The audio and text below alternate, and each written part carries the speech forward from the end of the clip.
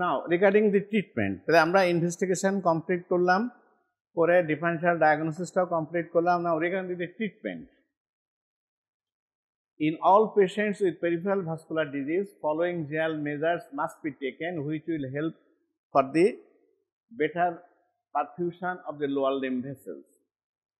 And in all situations, there must remain some sort of anemia, and this anemia should be corrected first. If necessary, you should have to need blood transfusion. Okay?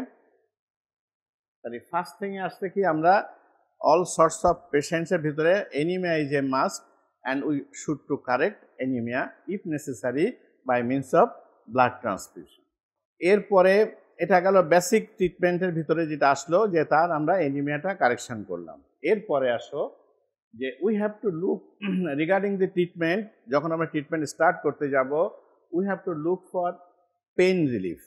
Patient is suffering from pain extensively, তো আমাকে এদিকে নজর দিতে হবে, তোমাকে নজর দিতে হবে যে you have to use some analgesic drugs to relieve the pain. Without relieving pain তুমি ট্রিটমেন্টে সাকসেসফুল হতে পারছো না। Now regarding the way of relieving pain, আমরা সেখানে কি ইউজ করতে পারি? আমরা অ্যানালজেসিক ড্রাগ ইউজ করতে পারি। Analgesic drug is a best good thing for relieving pain. এবং অ্যানালজেসিক ড্রাগ দুই ধরনের আছে, one is narcotic and another is narcotic and NSAID. ঠিক আছে, আমরা পেন কিলার ড্রাগ হিসাবে দুটোকে চুজ করি, either narcotic drug or NSAID. তারপরে আমরা পেন রিলিভ করার পরে আমাদেরকে নজর দিতে হবে যে we should have to check the progression of the disease, যাতে ডিজিজটা ফার্দার প্রোগ্রেস না করে সেটা আমাদের চিন্তা নিতে হবে। আর কি করতে হবে, যদি আমরা তাকে ভেসেলটাকে ডাইলেটেশন করার মতো কোনো ড্রাগ ইউজ করতে পেরে থাকি অ্যানালজেসিক ড্রাগের পাশাপাশি, তাহলে আমরা পেশেন্টকে রিলিফ দিতে পারবো। আরেকটা কি করতে পারবো, কেমিক্যাল সিম্প্যাথেক্টমি করা যেতে পারে। Another option is the surgical methods. ঠিক আছে, তাহলে এতগুলো ওয়ে আমাদেরকে ফলো করতে হবে। তাহলে আমরা পেন কিলার ইউজ করছি, আইদার নার্কোটিক অর এনএসআইডি। এরপরে যে ডিজিজটা যাতে প্রোগ্রেস না করে ফার্দার, তার জন্য আমরা কি করতে হবে, পেশেন্টকে সাজেশন দাও স্টপ স্মোকিং। কারণ ও যদি স্মোকিং চালিয়ে যেতেই থাকে ট্রিটমেন্টের সাথে সাথে, তাহলে তো ডিজিজটা প্রোগ্রেস করতে থাকবে। তাহলে সাজেশন দাও স্টপ স্মোকিং। আচ্ছা, তারপরে কি করতে হবে, ডায়েটটাকে তাকে চেঞ্জ করতে, মডিফাই করতে হবে। সেক্ষেত্রে avoid fatty food to reduce Sam cholesterol, and তোমাকে অ্যাভয়েড ইনজুরিজ, যে তুমি খালি পায়ে হাঁটাচলা করো না, যেখানে রিপিটেড ট্রমা হতে পারে। এই ইউজ শুজ। ঠিক আছে, তাহলে প্রথমে তুমি তাকে জেনারেল ইমপ্রুভমেন্ট করেছো if necessary by with blood, তারপরে তুমি তার পেন রিলিভ করছো, তারপরে তাকে অ্যাডভাইস দিচ্ছ for the prevention of progress of the disease, কি সেটা যে স্টপ স্মোকিং, ডায়েট মডিফিকেশন করো, and not to work with bare footed, be wear shoes. Okay, তারপরে আসছে কি দেখো, মেডিকেল ম্যানেজমেন্ট আমরা দিতে পারি কি এর সাথে। দেয়ার আর সাম ড্রাগস যেগুলো অ্যান্টিপ্লেটলেট ড্রাগস অ্যান্ড ভেসোডাইলেটর ড্রাগস আমরা ইউজ করতে পারি। অ্যান্টিপ্লেটলেট ড্রাগ দিলে কি ওখানে প্লেটলেট অ্যাগ্রিগেশনটা কম হবে, আর ভেসোডাইলেটর ড্রাগগুলো দিলে ডাইরেক্ট ডাইলেট হলে মোর ব্লাড যাবে, সেখানে তার ডিজিজ প্রসেসটা একটু প্রিভেন্ট থাকবে। ঠিক আছে, তাহলে তোমরা এখানে জেনে রাখো আমরা কিছু ভেসোডাইলেটর অ্যান্ড অ্যান্টিপ্লেটলেট ড্রাগ দেবো। দেয়ার আর মেনি ড্রাগস, সেগুলো তোমরা পরে জেনে নিও। এবং এটা যদি আমরা ভেসোডাইলেটর ড্রাগ দেই তাহলে কি হবে, ক্লডিকেশনের সিমটমটা একটু ইমপ্রুভ করবে।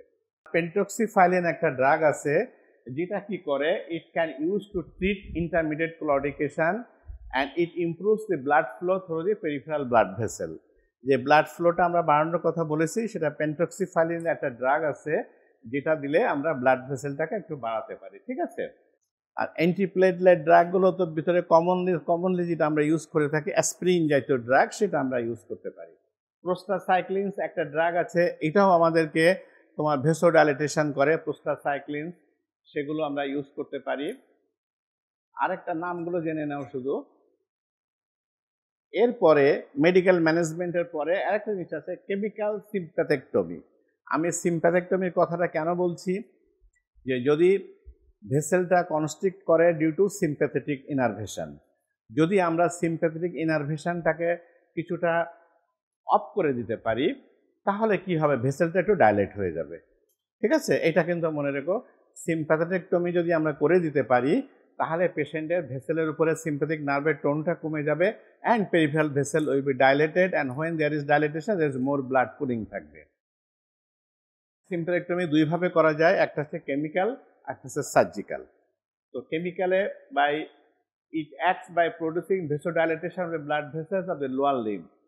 আচ্ছা, প্রসিডিউরটা কি, 5 ml of phenol in water is injected beside the bodies of the second and third and fourth lumbar vertebra.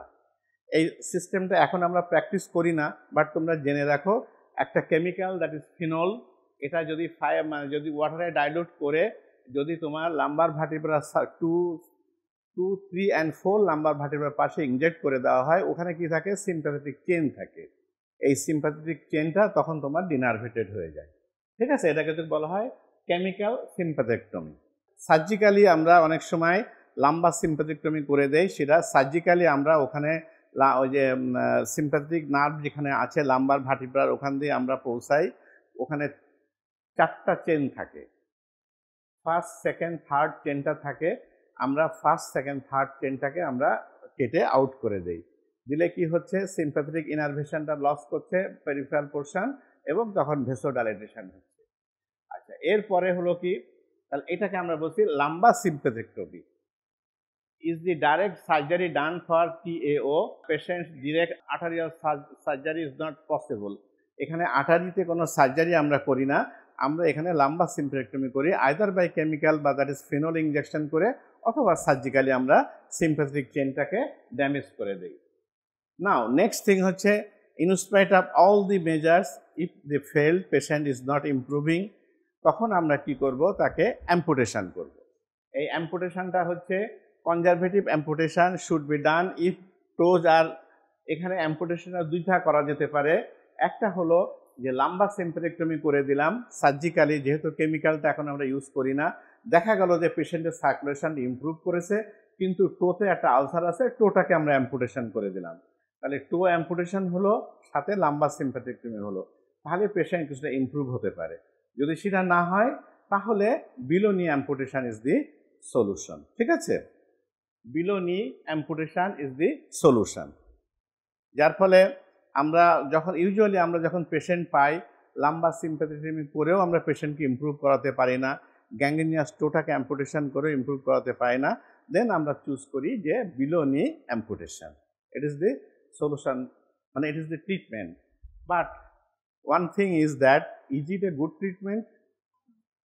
Is it a good treatment? Obviously no. একটা মানুষকে আমরা লাইফ লং তাকে হ্যান্ডিক্রাফট করে দিচ্ছি, life long he have to run with the artificial limb or crutch, and it is not, never is a good treatment. But for the sake of life we have to do it. Patient also accept it.